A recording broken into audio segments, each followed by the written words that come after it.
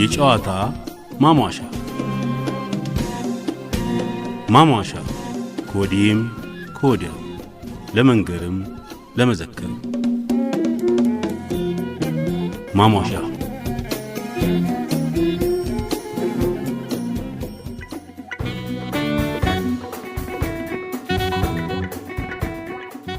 አጼ ቴዎድሮስ ከባለ ታሪኮች አንዱ በመሆናቸው ታሪካቸውን ለመጪው ትውልድ የሚያወርስ የዚህን ሐውልት መሰረት እናኖራለን። ቀዳማዊ ኃይለ ሥላሴ 1960 ዓመተ ምህረት። አጼ ቴዎድሮስ ካለፉ ከመቶ ዓመት በኋላ በ1960 ዓመተ ምህረት ግርማዊ ጃንሆይ ቀዳማዊ ኃይለ ሥላሴ በቸርችል ጎዳና መሃል ላይ የሚገኘውን አደባባይ አጼ ቴዎድሮስ አደባባይ ተብሎ እንዲሰየም አድርገው ሐውልታቸውም እንዲቆም የመሰረት ድንጋይ አኑረው ነበር። በዚህም ዕለት ባደረጉት ንግግር በዚህ ዓለም ፍጡር የሆነ ሁሉ ዘመድ የሌለው የለም። የዝምድና ጉዳይ ለብቻው ተወስኖ ይልቁንም መሪ የሆኑ ሰዎች ለሕዝቡ በሚያደርጉትና በሚሰሩት ታላላቅ ነገር የሚያበጁት ዘመድ መላውን ያገራቸውን ሕዝብ ነው። በዚህ ረገድ የሚፈጽሙትም ውለታ ያልተዘነጋ እንደሆነ ከዝምድና በላይ የሆነ ዘላለማዊ መተሳሰሪያ መታሰቢያ ሆኖ ይኖራል። አጼ ቴዎድሮስ ከባለ ታሪኮች አንዱ በመሆናቸው ታሪካቸውን ለመጪው ትውልድ የሚያወርስ አንድ መታሰቢያ እንዲቆምላቸው አዘዝን። ይህንን ታላቅ ሰው ሐውልት የመሰረት ድንጋይ በዚህ ቦታ ስናኖር ጀግንነታቸውንና ቆራጥነታቸውን ለሀገራችንም አንድነት ብዙ ሥርዓቶችን በማከናወን ላለንበት ዘመን ተቀዳሚ ሆነው የሰሩትን ታሪኮች በመገንዘብ በውጭ ሀገር ያሉ ጸሐፊዎች የተዉትን መጻሕፍት በመመልከትና በሀገራችንም ሰዎች ሲያያዝ የመጣውን ታሪክ ተመልክተን ይህን ሁሉ በማሰብ የዚህን ሐውልት መሰረት እናኖራለን። ቀዳማዊ ኃይለ ሥላሴ 1960 ዓመተ ምህረት። 40 ጾሞ ፋሲካ ሲደርስ በአፈር ገደፋሉ ያበሻ ንጉሥ የቋራው ባላባት የመቅደላ አንበሳ ሰርክ ለት አዲስ ነው ታሪኩ ሲነሳ። ሱሪህ አረንጓዴ ጎራዴህ ባለ ወርቅ አምሮብሃል ካሳ አንተ ብቻ ታጠቅ። እባክህ መቅደላ ያን ጎበዝ ልቀቀው ወገን ከወገኑ ደግሞ ያደባልቀው።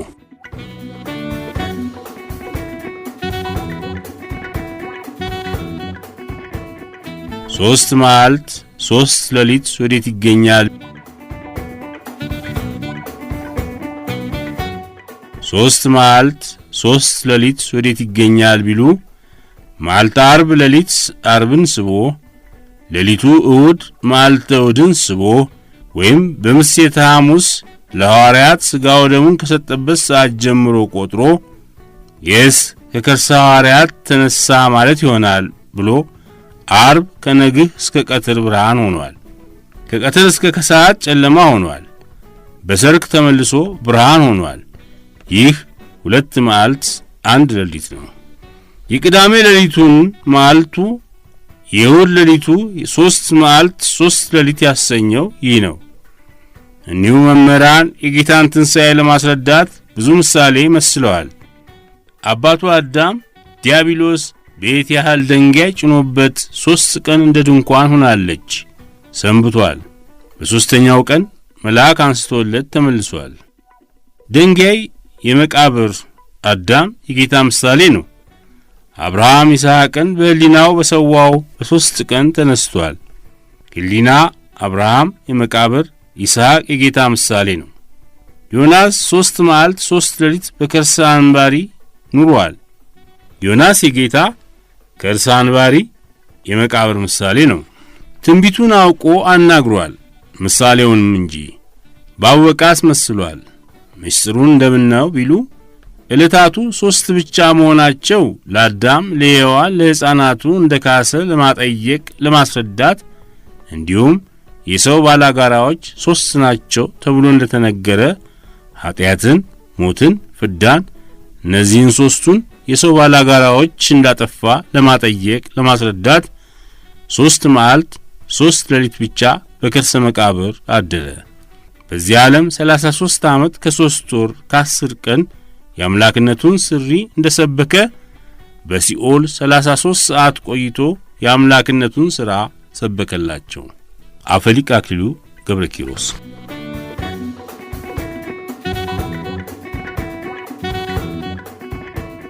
የተረት ሰፈሩ ሰይጣን ቤት።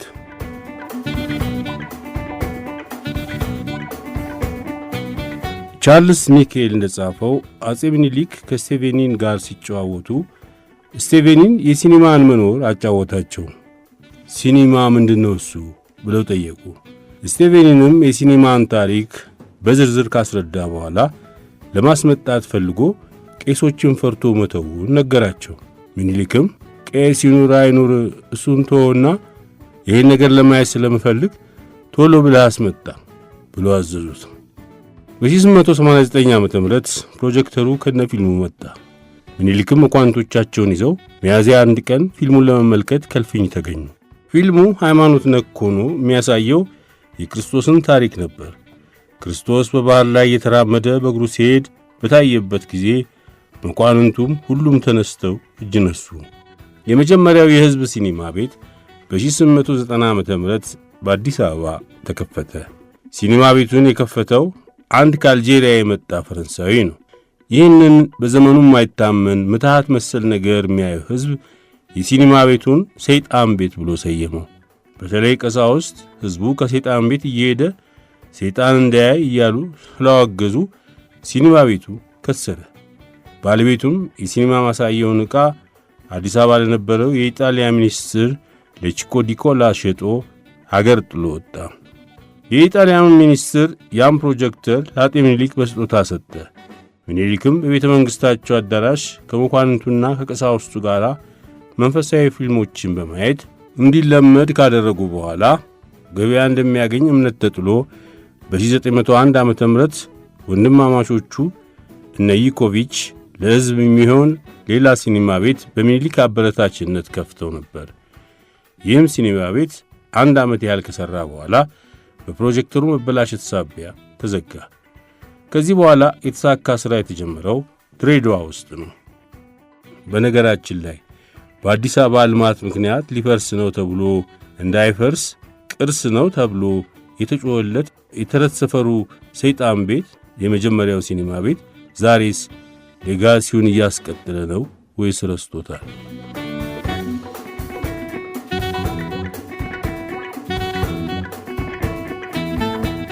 ወደ ጠፈር የመጠቀ የመጀመሪያው የሰው ልጅ ኮሎኔል ዩሪ ጋጋሪን ይባላል። ወደ ጠፈር የመጠቀው የመጀመሪያው የሰው ልጅ።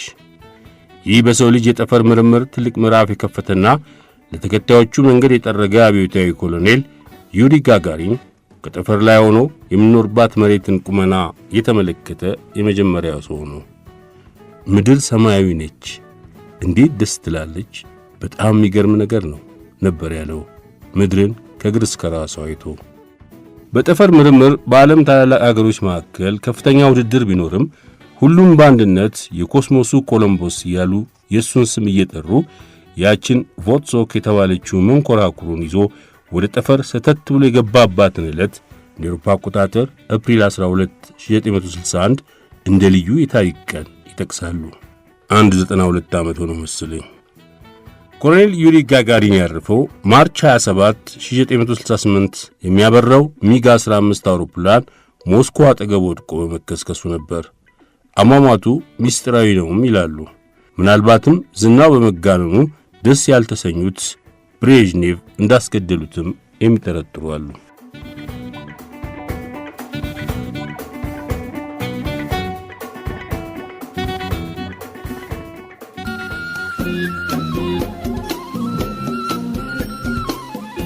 የጨዋታ ማሟሻ